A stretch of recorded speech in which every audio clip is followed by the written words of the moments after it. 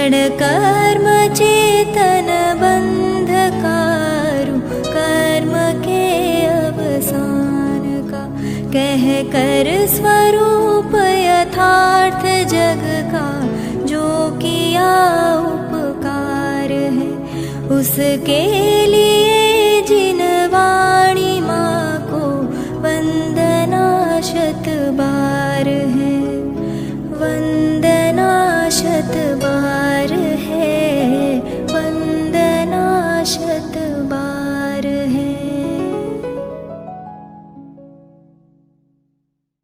स्पष्ट दिखाई देते हैं, हमें नष्ट और उत्पन्न होते हुए वो स्पष्ट दिखाई देते हैं।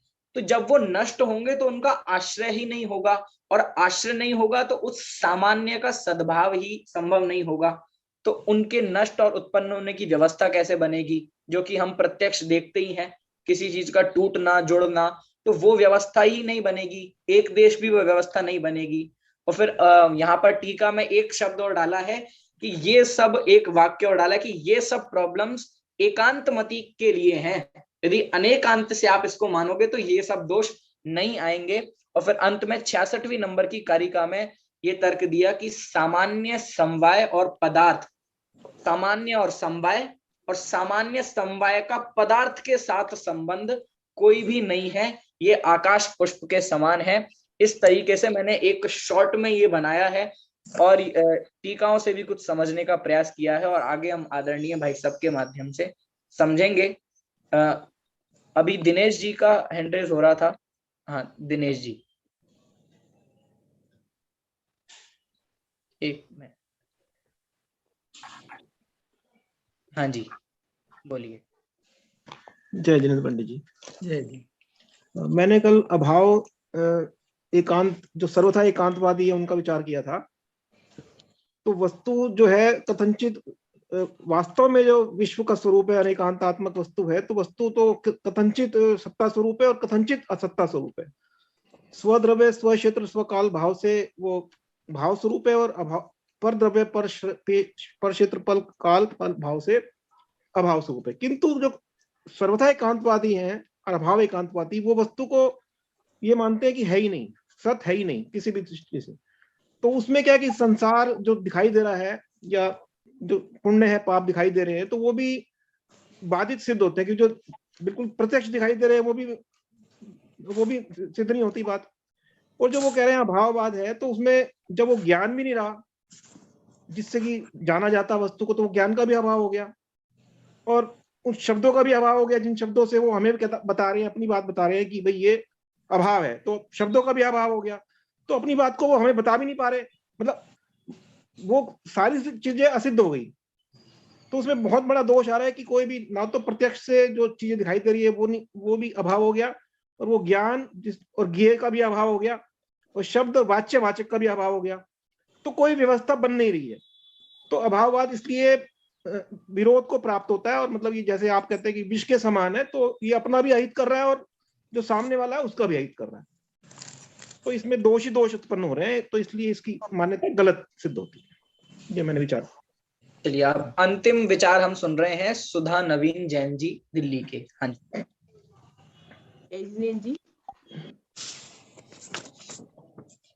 हाँ जी बोलिए।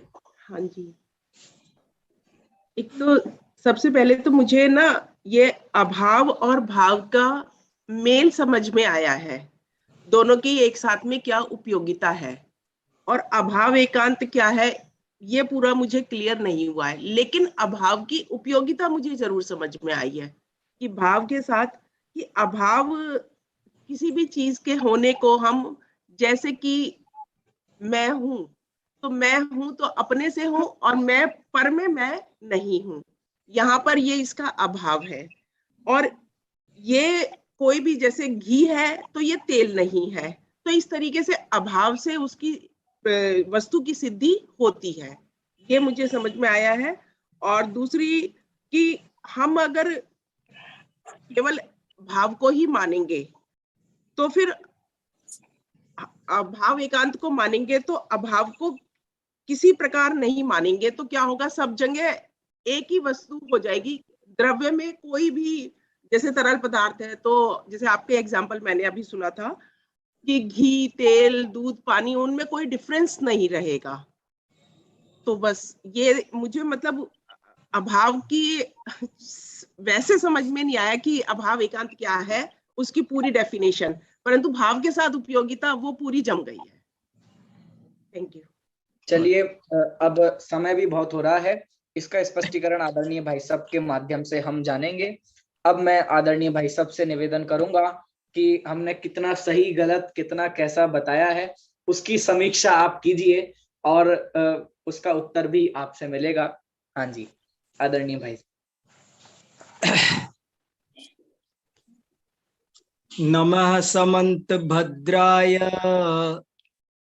महते कविवेधसे यद्वचो वज्रपातेन निर्भिन्ना कुमताद्रयः।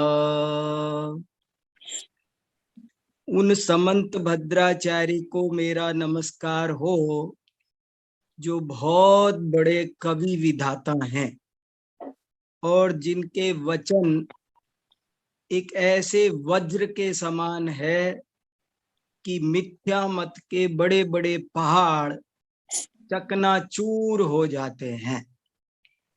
ये जो मैंने श्लोक मंगलाचरण के रूप में आज पढ़ा है, इसको आज से लगभग 1200 वर्ष पहले आचार्य जिनसेन स्वामी ने महापुराण में पहले सर्ग में 43 नंबर पर लिखा है। हम लोग रोजाना स्यादवाद की स्तुति करते हैं। आज स्यादवाद के नायक आचार्य समंत भद्र की स्तुति, जो वो भी जिनसेन जैसे महान आचार्य के मुख से, जिनसेन आचार्य माने जिन्होंने जय धवला की टीका पूर्ण की, वीरसेन स्वामी के महान शिष्य, वे समंत भद्राचार्य की स्तुति, ऐसी स्तुति आपको दुर्लभ है आचार्यों की, लेकिन समंत भद्र का ये वैशिष्ट है, उनका ये प्रताप है कि आचार्यों ने उनकी ऐसी स्तुति की, उनको कवियों का विधाता कहा और बहुत अच्छे अच्छे शब्दों में उनके स्वरूप का गुणगान किया। देखो, अभी आपने शशि जी ने बोला पहले, बहुत अच्छा उन्होंने कोशिश की, जो गाथाएं हमको स्पष्ट नहीं हो रही थी उनको पढ़ा, देखा और थोड़ा बहुत लगाने की कोशिश की, हमको बहुत अच्छा लगा। शशि जी बहुत मेहनत करती हैं और उन्होंने जो बात कही वो अगर मैं संक्षेप में कहूँ ना तो इतनी सी है, बहुत सारी बातें हैं वैसे, पर हम ये समझ सकते हैं कि आश्रय आश्रयी भाव माना तो समवाय संबंध की जरूरत नहीं बची, समवाय संबंध माना तो आश्रय आश्रयी भाव की जरूरत नहीं बनी, और अगर दोनों को मानते हो तो सब स्वतंत्र स्वतंत्र मानते हो, और स्वतंत्र रह जाते हैं तो सब आकाश पुष्प के समान हो जाते हैं, कोई वस्तु सिद्ध नहीं होती है। इसके बाद में आप लोगों ने थोड़ा अभाव एकांत पर भी कहा, दिनेश जी ने भी कहा, सुधा जी ने भी कहा, संदेश जी ने भी कहा, आप सबने कहा। देखो, अपन को बहुत संक्षेप में भी कुछ बात कहना आना चाहिए। जैसे अभाव एकांत क्या है? अभाव एकांत, देखो सीधा सा प्रश्न है, अभाव एकांत क्या है? पहले तो ये बताना है और फिर बताना है ये क्यों गलत है, बस इतना सा प्रश्न है। देखो, अपनी भाषा को, अपन लोग न्याय शास्त्र पढ़ रहे हैं तो अपनी भाषा को बहुत सुगठित बनाओ। प्रश्न क्या है? अभाव एकांत क्या है और वह क्यों गलत है, वह क्यों स्वीकार्य नहीं है? तो आपको सीधी सच्ची बात बतानी है। अभाव एकांत का मतलब होता है कि इस जगत में अभाव ही है और कुछ नहीं है। अभाव एकांत का मतलब है कि इस विश्व में अभाव है, ईश्वर का भी, आत्मा का भी, पुण्य का भी, पाप का भी, कुछ नहीं है। इस जगत में कुछ है नहीं। अभाव एकांतवादी क्या कहता है कि आप जैसे सपना देखते हो तो सपने में आपको सब दिखाई देता है। मैं राजा बन गया, आप भारत के मुख्य प्रधानमंत्री और राष्ट्रपति बन जाते हो, तो पर होते नहीं हो। आप सपने में क्या क्या देखते हो पर वो होता नहीं। अभाव एकांतवाद एक बहुत बड़ा दर्शन है और बहुत विस्तार से अपनी बात को कहता है और इसके अनेक नाम हैं। मैंने कल उसी की एक शाखा है, उसमें भी शाखाएं बनी हुई है। जैसे जैन दर्शन में दिगंबर श्वेतांबर भेद होते हैं ना, सांख्यों में भेद होते हैं, जैसे मीमांसकों में भाट्ट कुमारिल के होते हैं, ऐसे अभाववादियों में भी कई शाखाएं हैं। एक शाखा का नाम है शून्यवाद, एक शाखा का नाम है उच्छेदवाद, एक उच्छेदवादी होते हैं, एक उपप्लववादी होते हैं, तत्वोपप्लववादी। देखो 4 नाम है, बहुत अच्छे, याद रखने लायक है। एक अभाववादी, 2 शून्यवादी, 3 उच्छेदवादी, नंबर 4 तत्वोपप्लववादी। शास्त्रों में इनकी चर्चा आई है बहुत विस्तार से। 4 प्रकार का अभाववाद है, शून्यवाद है, मामूली मामूली डिफरेंस के साथ में चारों की मान्यता एक सी है। जैसे अभाववाद कहता है कि कुछ नहीं है, शून्यवाद कहता है कि शून्य है, भाषा बदल देते हैं। अब समझ में आया अभाववाद और शून्यवाद में क्या अंतर है? अभाववाद कहता है कि कुछ नहीं है, शून्यवाद कहता है जी जीरो है, शून्य है, शून्य है। और तर्क यही इसी टाइप के तर्क हैं, इसी टाइप के उदाहरण है कि जैसे स्वप्न में दिखने वाली वस्तु वास्तविक नहीं होती है, ऐसे ही आपको लोक में जो कुछ दिखाई देता है वो सिर्फ भ्रम है, वास्तविक नहीं है, कुछ भी नहीं है नहीं। ऐसे ही पाप भी कुछ नहीं है, पुण्य भी कुछ नहीं है, स्वर्ग भी कुछ नहीं है, नरक भी कुछ नहीं है, भगवान भी कुछ नहीं है। लोग आपको बेवकूफ बना रहे हैं जो आपसे ऐसी बातें समझाते हैं, आपको कुछ है नहीं। वो ऐसा अभाववाद है, इसका नाम है अभाववाद।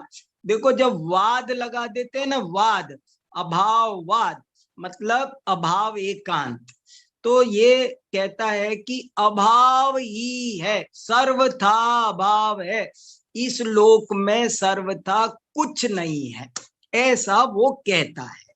इसी का नाम अभाव एकांत है, इसी का नाम अभाववाद है। और ये क्यों स्वीकार्य नहीं हो सकता, इसको विचार करें तो क्या दिक्कत आती है? ये दिक्कत आती है कि अभाव है कि नहीं, भले स्वप्न है, भ्रम है, माया है, पर वो स्वप्न है या नहीं, भ्रम है या नहीं, माया है या नहीं, अभाव है तो अभाव तो है कि नहीं भाई। माने वो कुछ नहीं के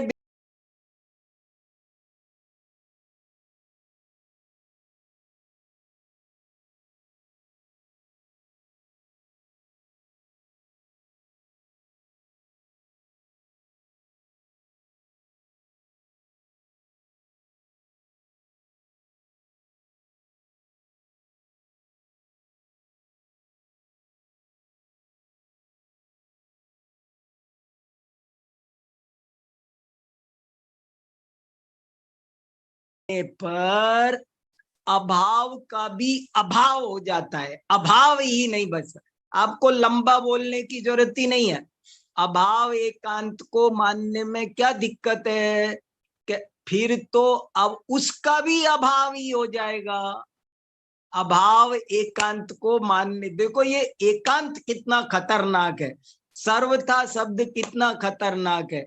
अभाव एकांत को मानने पर अभाव का भी अभाव हो जाएगा, वो भी ठहरेगा नहीं, वो भी गायब हो जाएगा। ये एक बड़ी बात है। और दूसरी तीसरी चौथी बात करके आप कितनी भी बताओ, जैसे कल कहा वैसी सब बातें यहाँ आएंगी कि जिन प्रमाणों से तूने अभाव को सिद्ध किया। भाई अभाव एकांतवादी से हम पूछते हैं कि बताओ, सिद्ध करो अभाव है कि नहीं। यदि तुम सिद्ध नहीं करते हो, प्रमाण नहीं देते हो, तो ये फिलॉसफी की क्लास है, यहाँ बेफालतू की बातें नहीं चलती। तुम सिद्ध कर सकते हो तो यहाँ बैठो, हम तुम्हारी बात शांति से सुनेंगे। लेकिन तुम सिद्ध करोगे? बोले हाँ मैं सिद्ध करूंगा। सिद्ध करोगे तो जो तुम प्रमाण दोगे, तर्क दोगे, युक्ति दोगे, वो है कि नहीं।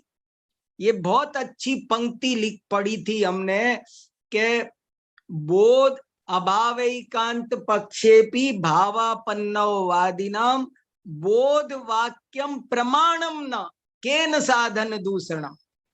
ये भैया हे अभाववादी, तुम भाव का खंडन करके अभाव का समर्थन किस तर्क से करोगे, किस प्रमाण से करोगे? क्योंकि तुम तो अभाववादी हो, तो तुम्हारे तो यहाँ तो तर्क, युक्ति, प्रमाण ये भी नहीं बनेंगे।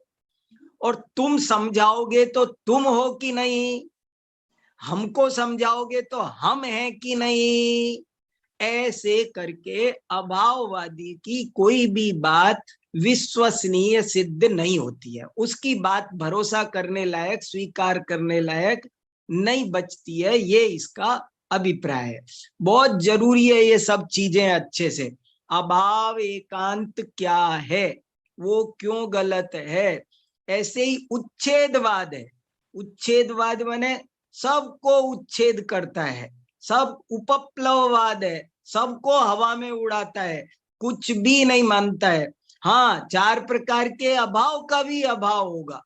कोई चीज अनादि हो जाएगी, कार्य अनादि हो जाएगा, कार्य अनंत हो जाएगा, सब चीजें सर्वात्मक हो जाएगी, सब क्या क्या क्या क्या।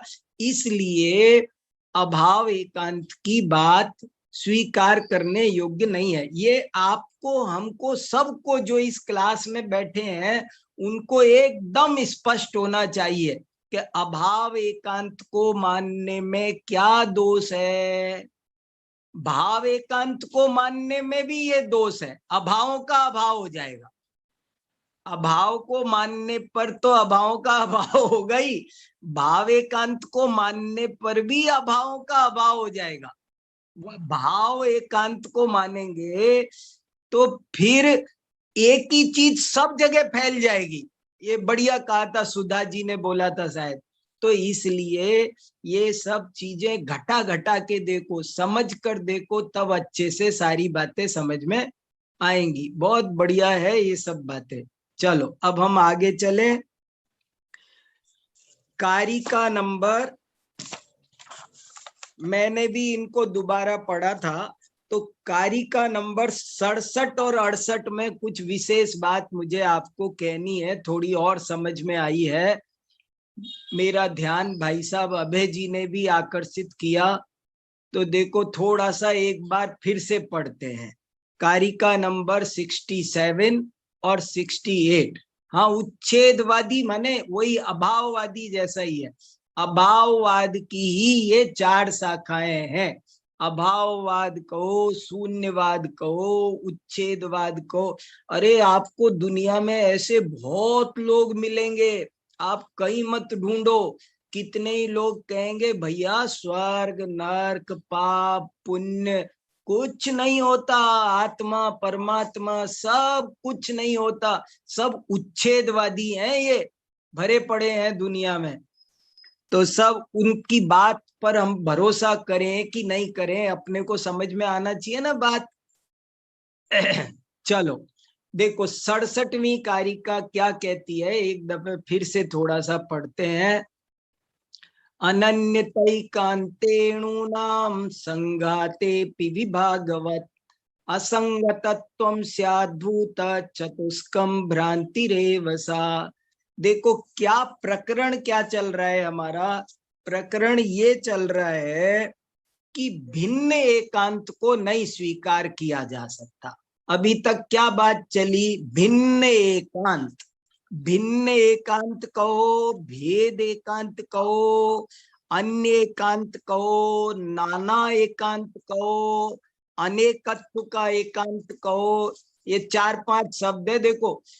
और ये भी समझना जरूरी है। अभी मैं एक प्रश्न आपसे ये और पूछूंगा कि द्वैत अद्वैत एकांत वाले परिच्छेद में और इस परिच्छेद में क्या फर्क है? दोनों एक से लग रहे हैं। जो हमारा दूसरा परिच्छेद गया था उसमें द्वैत और अद्वैत की समीक्षा थी, द्वैत अद्वैत एकांत का निराकरण था। यहाँ पर भेद और अभेद एकांत का निराकरण है। दोनों में बड़ा अंतर है। आपको वो भी अंतर ध्यान में देना है। क्या अंतर है बाद में मैं भी बताऊंगा। लेकिन यहाँ क्या बात चल रही है? अभी यहाँ बात चल रही है दो पेयर है। एक का नाम है भिन्न एकांत, दूसरे का नाम है अभिन्न एकांत। इनका नाम पलटो तो भेद का भिन्न का भेद कर दो, अन्य कर दो, नाना कर दो, अनेक कर दो, ये सब पर्यायवाची है। और इन चारों को फिर पलट दो तो अभेद कहो, अभिन्न कहो, अनन्य कहो, एक कहो, सब एक ही बात है। तो ये दो पक्ष यहाँ पर रखे गए हैं। और ये 66 तक तो बात की थी भिन्न एकांत के निराकरण की। अब बात शुरू हुई है अभिन्न एकांत की, यहां से शुरू हो गई। मैंने एक दिन आपको ऐसे बोला था कि 68 कारिका तक भिन्न एकांत है, लेकिन अब समझ में आया कि भिन्न एकांत की बात केवल कारिका 66 तक है। कारिका 67 से ही शुरू हो गई अभिन्न एकांत की बात। अभिन्न एकांत की बात कारिका 67 से शुरू हो गई। 67, 68, 69, 70, 69 यहां तक पूरा का पूरा अभेद एकांत की बात है, अभिन्न एकांत की बात है। तो अभिन्न एकांत में ये क्या है? अनन्यतैकान्ते अणुनाम। देखो बौद्ध लोग क्या मानते हैं कि अणु जो होते हैं वे हमेशा एक से रहते हैं, परमाणु को नित्य मानते हैं। ये लाइन ध्यान से सुनने लायक है। परमाणु नित्य है, अणु नित्य है, वही भूत चतुष्क का कारण है। भूत चतुष्क, भूत चतुष्क माने पृथ्वी, जल, अग्नि, वायु, ये 4 चीजें भूत चतुष्क या भूत चतुष्टय कही जाती है। ये 4 कार्य हैं और इन चारों का कारण एक है, उसका कारण का नाम है अणु। तो वो कहते हैं कि जो अणु के बारे में उनकी मान्यता है कि अणु हमेशा एक सा रहता है, उसमें कभी कोई विकार नहीं होता, वो नित्य अपरिणामी कूटस्थ होता है। तो यहाँ कहा, और ये खासकर बौद्ध दर्शन की मान्यता है। बौद्ध दर्शन वाले ऐसा मानते हैं कि परमाणु अनन्य रहता है, उसमें कुछ अन्यपना नहीं आता। पृथ्वी का परमाणु, जल का परमाणु, अग्नि का, वायु का, सबके परमाणु एक ओरिजिनल है। परमाणु है, उसमें कभी कोई परिवर्तन होता नहीं है। परमाणु नित्य है, नित्य है, परमाणु नित्य है। तो वो नित्य मानते हैं, उसमें परिवर्तन नहीं मानते हैं। इसका नाम है अनन्य। परमाणु हमेशा एक सा रहता है, उसमें अन्यपना नहीं पैदा होता है। तो उस बात पर बात हो रही है कि जब परमाणु एक सा रहता है, उसमें कोई विकार नहीं होता है, तो ये 4 तरह के कार्य कैसे हो गए उससे? पृथ्वी हो गई, जल हो गई, वायु हो गया, अग्नि हो गया, ये 4 कार्य कैसे?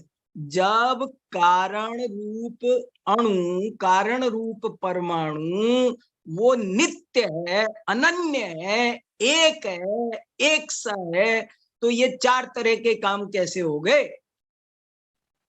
तो वो कहता है देखो ये बहुत अच्छी कारिका है। और एक मुझे ये कहना था, अभी वो बोल रहे थे कि ये 64वीं गाथा, 65वीं गाथा, गाथा मत बोलो इनको, गाथाएं प्राकृत में होती है, ये गाथाएं नहीं है, ये कारिकाएं हैं।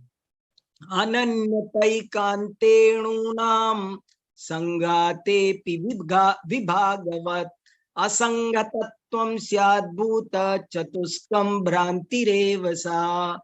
इस तरह अणुओं का अनन्य एकांत स्वीकार कर लिया जाए तो फिर उनका जो संगात माना जाएगा, जो मिलन माना जाएगा, वो भी विभाग ही रहेगा। वो मिलेगा कहाँ? जब नित्य कूटस्थ है तो कोई परिवर्तन नहीं हो सकता।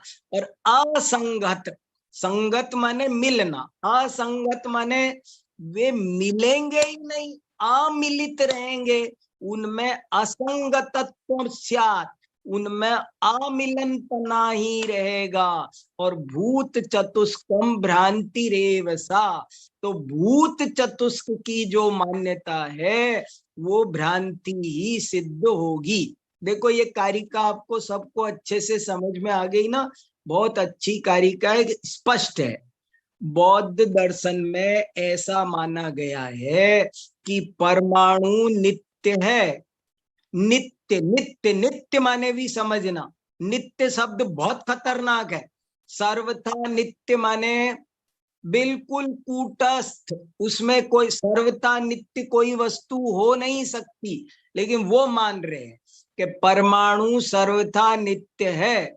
तो उनसे कहा कि जब वो सर्वथा नित्य है तो उसको कितना भी संघात करो, मिलाओ, लेकिन वो तो न्यारा ही रहेगा, अमिलित ही रहेगा। और अमिलित ही रहेगा तो भूत चतुष्क की बात भ्रांति रेव सा, वो भ्रांति ही सिद्ध होगी।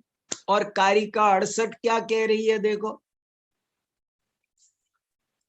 कार्य भ्रांतेरणु भ्रांति कार्यलिंगम ही कारणम उभयाभावतस्तस्थम गुण जाति तरचना।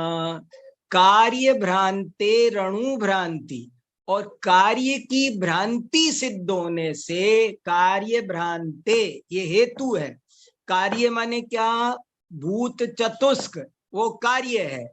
वो जो पृथ्वी जल अग्नि ये क्या है? ये परमाणु के कार्य हैं। लेकिन भाई साहब परमाणु आपके यहाँ जब नित्य है, अनन्य है, वो अन्य अन्य दशा धारण करता ही नहीं है, तो फिर कार्य भी भ्रांति सिद्ध हो गया। और कार्य भ्रांते रणु भ्रांति, कार्य भ्रांत हो गया तो अणु भी भ्रांत हो गया। कार्य लिंगम ही कारणम का, क्योंकि जितने भी कारण हैं वे कार्य से ही पहचाने जाते हैं। कारण को कारण नाम कार्य की वजह से होता है, लेकिन जब कार्य खत्म हो गया तो कारण कहाँ से बचेगा? पति खत्म तो पत्नी किसकी? पत्नी माने पिता नहीं तो पुत्र कैसा, पुत्र नहीं तो पिता कैसा? ये तो एक दूसरे के अविनाभावी संबंध है। पुत्र हो तो ही कोई व्यक्ति का नाम पिता पड़ता है। पिता पुत्र अविनाभावी है। कार्य कारण, कार्य का ही कारण होता है, कारण का ही कार्य होता है। कार्य खत्म तो कारण खत्म, खत्म माने नहीं है। वो मत समझ लेना कि वो थोड़ी देर को पूर्ण हुआ, उसकी बात नहीं है। माने जैसे अभी उदाहरण दिया कि पिता नहीं तो पुत्र नहीं, तो कोई कहे कि ऐसे कैसे, पिताजी मर जाएंगे तो क्या पुत्र नहीं बचेगा? वो अभिप्राय नहीं है, उल्टे सीधे मत लगाना। यहाँ तो ये है कि पिता और पुत्र दोनों संज्ञाएं अविनाभावी है। पिता हो तो पुत्र, भले मरा हुआ हो, होना चाहिए पिता, तभी पुत्र चाहिए, तभी पुत्र होता है। देखो, कार्य भ्रांते रणु भ्रांति कार्य लिंगम ही कारणम, बहुत बढ़िया है, गजब की है, बिल्कुल एकदम स्पष्ट है। देखो, कुछ नहीं समझ में आ रहा हो तो पूछ लेना। कार्य भ्रांते रणु भ्रांति कार्य लिंगम ही कारणम उभया भाव तत्सम गुण जाति तरचना। और उभया भावता, उभया भावता माने, उभय माने कारण और कार्य दोनों, उभय, उभय अभाव, अभाव दोनों का अभाव, अभावतः हेतु बनाया पंचमी एक वचन, दोनों का अभाव होने से ततस्थम, ततस्थम उभया भावता ततस्थम, ततस्थम माने उनमें स्थित गुण जाति और बाकी सब का भी अभाव हो जाएगा। जब कारण नहीं बचा, कार्य नहीं बचा, तो उनका गुण भी नहीं बचेगा, उनका स्वभाव भी नहीं बच, कैसी वस्तु व्यवस्था खराब हो जाती है। सर्वथा मानते ही कितना बड़ा एक भयंकर समस्या खड़ी हो जाती है, देखो तो सही। इसलिए इन चीजों को थोड़ा सावधानी से, कई बार दार्शनिक बनने के चक्कर में ही हम दृष्टापलाप कर देते हैं। जगत की वस्तु व्यवस्था आंखों दिखाई दे रही है साफ साफ, फिर उसके लिए जबरदस्ती ये समवृत्ति मानो, ये वो मानो, ये वो मानो, उपचार मानो, पर जो जैसा है वैसा उसको स्वीकार करो। कारिका नंबर 69, ये 68 तक हमने कल देखा था। अब कारिका नंबर 69, एकत्वेन्यतरा भाव शेषा भावो बिना भुवः द्वित्व संख्या विरोधश्च संवृत्तिश्चेत् मृषैव सा। ध्यान से देखो, अच्छे से समझो, बहुत जरूरी है आप्त मीमांसा को समझना, पढ़ना, वो कोई मामूली बात नहीं है। आप सब लोग बहुत शांति से एक एक बात को समझो, एक एक बात को क्या कह रहे हैं, क्यों कह रहे हैं। देखो, जब जैसे अभी कहा न कि सर्वथा शब्द स्वपरनाशकारी है, तो सोचो कैसे, कैसे स्वपरनाशकारी कैसे है, स्वपर दोनों का नाश करने वाला कैसा है, कैसे है कि यदि हम सर्वथा लगाते हैं तो हम, हमारा अभाव एकांतवादी है, तो वो हमारा अभाव का भी अभाव हो गया। देखो तो सही, देखो स्वपर घातक सर्वथा शब्द कैसा होता है। सर्वथा शब्द बहुत खतरनाक है। एक इस बात पर सोचना आप लोग शांति से, मैं कभी 1 घंटे बात कर सकता हूं आपसे इस विषय पर कि सर्वथा शब्द कितना खतरनाक है, बहुत खतरनाक है। और इसीलिए मैं आपसे चिल्ला चिल्ला के कह रहा हूं कि हर वाक्य में स्यात लगाओ, आप घबराओ मत, आप चिंता मत करो, हर वाक्य सही सिद्ध होगा स्यात लगाने से, और सर्वथा लगाने से स्वपर नाशकारी हो जाएगा।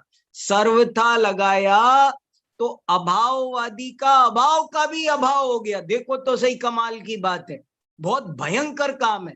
शून्यवादी का शून्य भी उड़ गया, उच्छेदवादी का उच्छेदवाद भी उड़ गया, उच्छेदवादी का उच्छेदवाद भी उड़ जाएगा। वो सब उड़ा रहा है कि कुछ सब उड़ा हुआ है, तो तेरा उच्छेदवाद भी उड़ा हुआ है, तू भी उड़ा हुआ है, तू भी उड़ा हुआ है।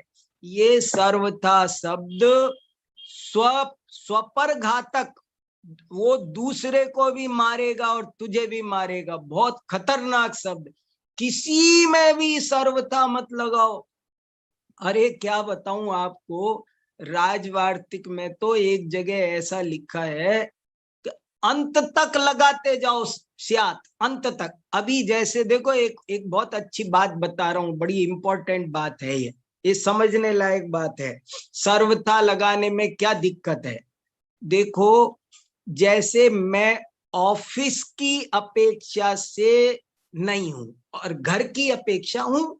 अब तो लगा दे सर्वथा, समझना जरा, इस वाक्य में तो सर्वथा लगा दें कि मैं घर की हमने कहा न कि स्वद्रव्य क्षेत्र काल भाव की अपेक्षा अस्ति है, तो मैं ऑफिस की अपेक्षा मेरी नास्ती है। अभी मैं ऑफिस में नहीं हूं लेकिन घर पर हूं, ये तो सर्वथा सत्य है।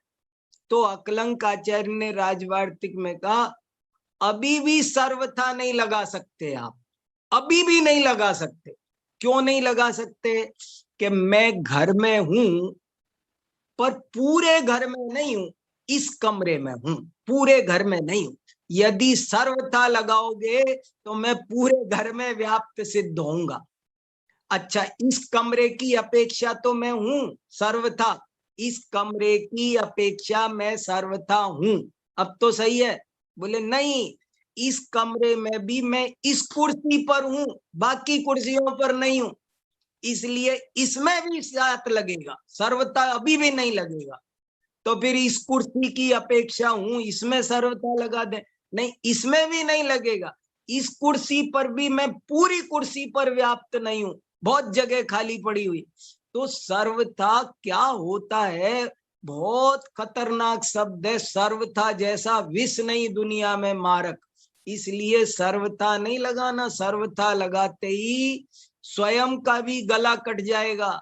दूसरे स्वपर घाती 100 दफे लिखा है समंत भद्र ने, स्वपर प्रणासी, स्वपर प्रणासी, स्वपर प्रणासी। तो स्वपर प्रणासी कैसे है वो तो पता होना चाहिए ना, इसलिए मैंने बताया। देखो अब कारिका नंबर 69, एकत्वेन्यतराभाव शेषाभावो विना भुव द्वित्व संख्या विरोधश्च संवृत्तिश्चेत्मसैव सा। ओहो, बहुत बढ़िया कारिका। देखो एकत्वे, एक एकांत माना जाए, अभेद एकांत माना जाए, अभिन्न एकांत माना जाए। जो गुण गुणी में कारण कार्य में भिन्नता के एकांत का एक पक्ष था, अब दूसरा पक्ष दिखा रहे हैं कि गुण और गुणी में, कारण और कार्य में यदि एक पक्ष मान लिया, एकत्व मान लिया, सर्वथा अभेद मान लिया जाए, गुण गुणी कारण कार्य द्रव्य पर्याय आदि में यदि सर्वथा एकत्व माना जाए, तो एकत्व का ये मीनिंग है, एकत्वे, एकत्वेन्यतराभावः, एकत्व स्वीकार करने पर अन्यतराभावः, अन्यतर माने जो बचा हुआ दूसरा है उसका भी अभाव हो जाएगा, दो में से एक का अभाव हो जाएगा। एक मानेंगे, मान लो हमने कारण और कार्य को एक माना, गुण और गुणी को एक माना, तो या तो गुण बचेगा या गुणी बचेगा, कोई एक बचेगा। तो एक मानने पर दूसरे का अभाव हो जाएगा, दो नहीं बचेंगे, एक किसी न किसी एक का अभाव होगा। दो पदार्थों को एक होने में ये दोष है कि जीव पुद्गल एक होते तो जीव का या पुद्गल का अभाव हो जाता, दो में से किसी न किसी एक का अभाव होगा। एकत्वे, एकत्व मान लिया जाए तो अन्यतर, दो में से किसी एक का अभाव हो जाएगा। फिर जब अभाव होके एक बचेगा तो शेषाभाव, तो वो बचे हुए का भी अभाव हो जाएगा, क्योंकि वो तो उसका अविनाभुव, क्योंकि वो तो उसका अविनाभावी था। बहुत गजब की बात है, वो तो उसका अविनाभावी था। उस अविनाभावी होने से बचे हुए का भी अभाव हो जाएगा। द्वित्व संख्या विरोधश्च, और द्वित्व संख्या का दो नाम की संख्या नहीं मान सकोगे, दो दो आपकी गिनती, आपका गणित शास्त्र पूरा खत्म हो जाएगा, एक पर गणित रुक जाएगा। गिनती सुनाओ एक, बस अब 2 3 4 नहीं बोल सकते, बात खत्म हो गई। देखो सोचो क्या कह क्या रहे हैं, सोचो सोचो इस पर।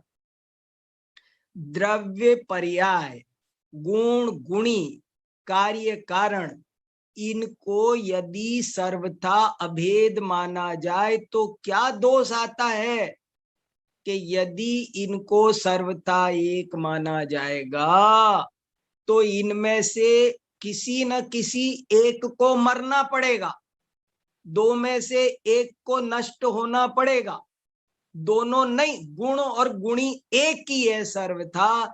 तो अब या तो गुण जिंदा रहेंगे या गुणी जिंदा रहेगा, दोनों जिंदा नहीं रह सकते। कार्य कारण दोनों में से कोई एक जिंदा रहेगा, दो नहीं जिंदे रह सकते, दोनों को खत्म होना।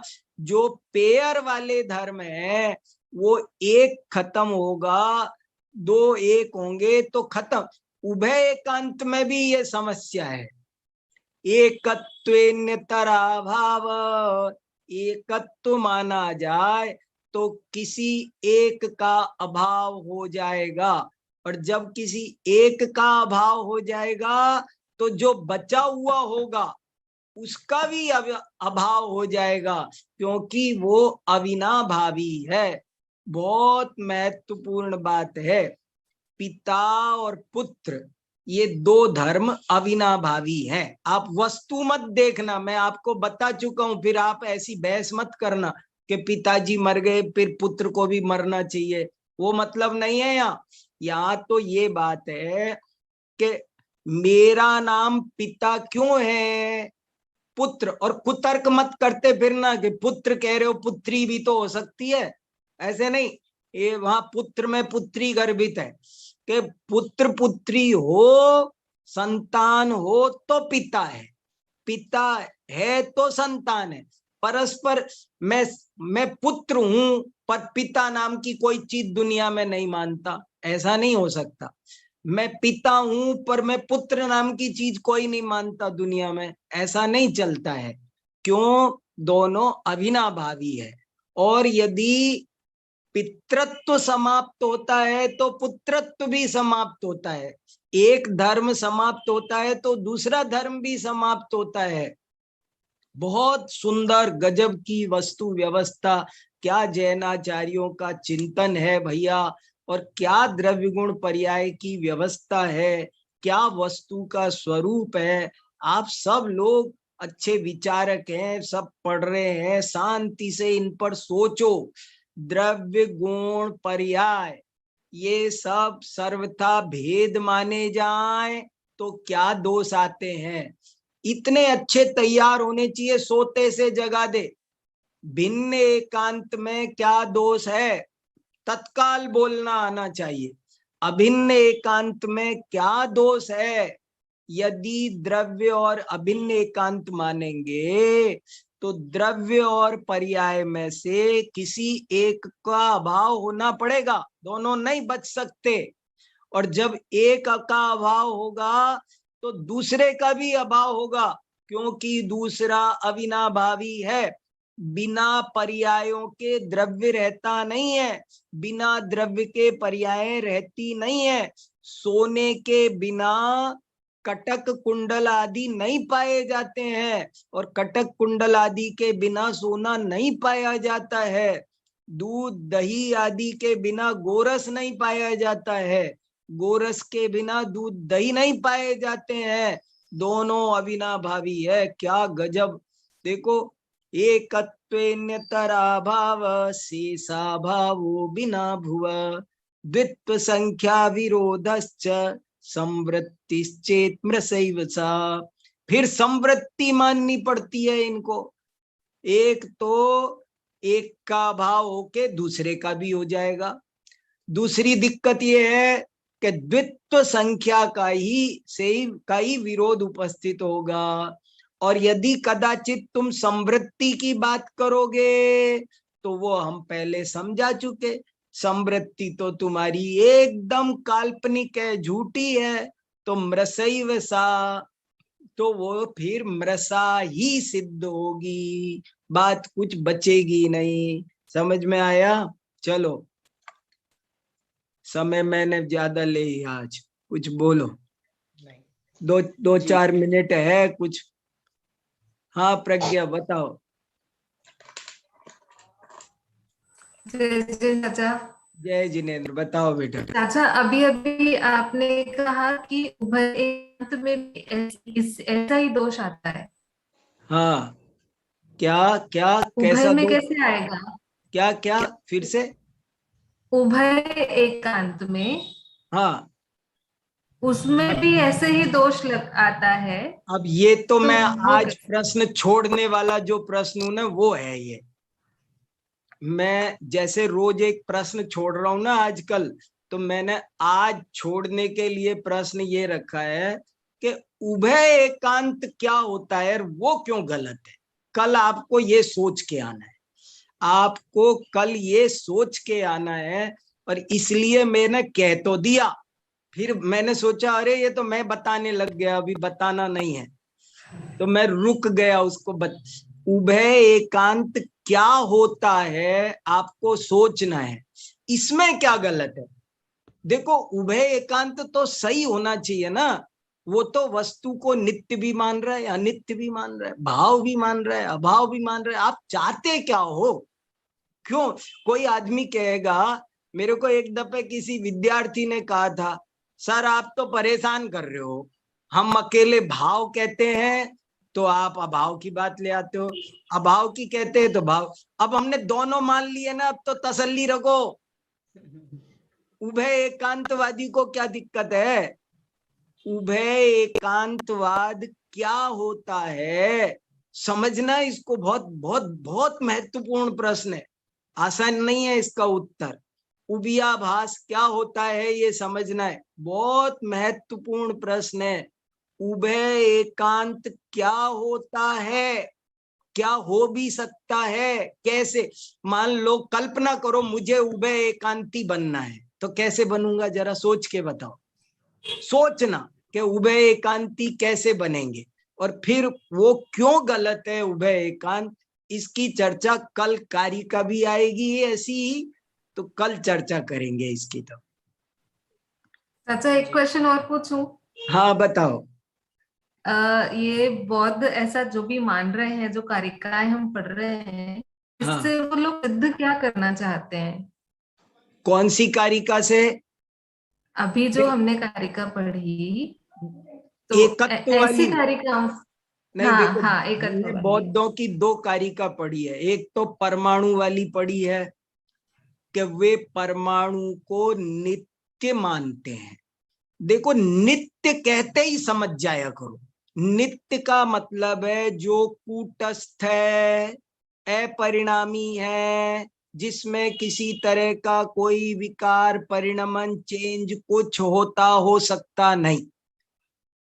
एक तो वो कारिका पढ़ी, और एक दूसरी अभी हमने ये पढ़ी कि गुण गुणी, द्रव्य पर्याय, कारण कार्य, इनमें सर्वथा अभेद माना जाए तो क्या दोष है। गुण द्रव्य में और पर्याय में ये बहुत बड़ा मुद्दा है, मैं बहुत डिटेल में चर्चा कर सकता हूं, हो सका तो कल थोड़ी सी करेंगे इस पर, ये जरूरी मुद्दा है। द्रव्य और पर्याय एक ही तो है, द्रव्य के परिणमन का नाम ही तो पर्याय है। अभी मैं आपको 1 घंटे समझाऊं तो आप भी कहो हाँ हाँ द्रव्य और पर्याय एक ही है। तो लेकिन सर्वथा एक मानने में बड़ा भारी दोष उपस्थित हो रहा है, और सर्वथा भिन्न मानने में बड़ा भारी दोष सिद्ध हो रहा है। द्रव्य और पर्याय को भिन्न भिन्न मानो तो भी दोष है, अभिन्न मानो तब भी दोष है। तो क्या है भिन्न और अभिन्न के बीच में, कुछ है शैलेश जी? हाँ शैलेश साहब, ये भूत चतुष्क का यूज क्या करते हैं वो लोग? भूत चतुष्क जो है, ये दुनिया किससे बनी है, कैसे साफ साफ दिखाई देती है ना अग्नि। हाँ पर वो तो उसको मानते नहीं है, परमाणु मानते हैं वो, तो फिर उसको क्यों खड़ा किया वो लोग ने? नहीं वो दिखाई तो दे रहा है ना। हाँ तो फिर वो स्वीकार करना चाहिए उनको। नहीं तो वो ये कहते भ्रम है, भ्रम है। अच्छा मैं यही तो बता रहा हूं ना। वो कहते उनकी भाषा में संवृत्ति, वो तो संवृत्ति है, वो तो काल्पनिक है। अच्छा, वो तो काल्पनिक है। जितना भी पृथ्वी दिखाई दे रही है, जल दिखाई दे रहा है, ये कुछ नहीं है, ये सब आपको भ्रम और सब संवृत्ति है। वास्तव में सब परमाणु भिन्न भिन्न भिन्न भिन्न है, कोई मिला जुला आपको चीजें दिख रही है, वो संवृत्ति मानते हैं वो। तो ठीक है, आज तो समय हुआ, कल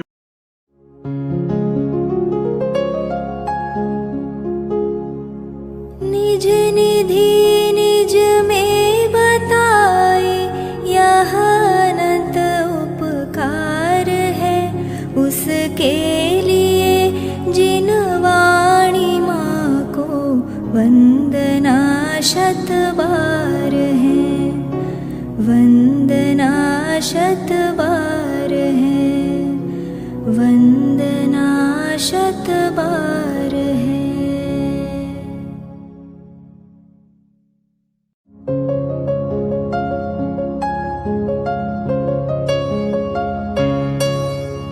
हे जिन वाणी भारती तो ही जपो दिन रैन, जो तेरी शरणा गहे सो पावे सुख चैन।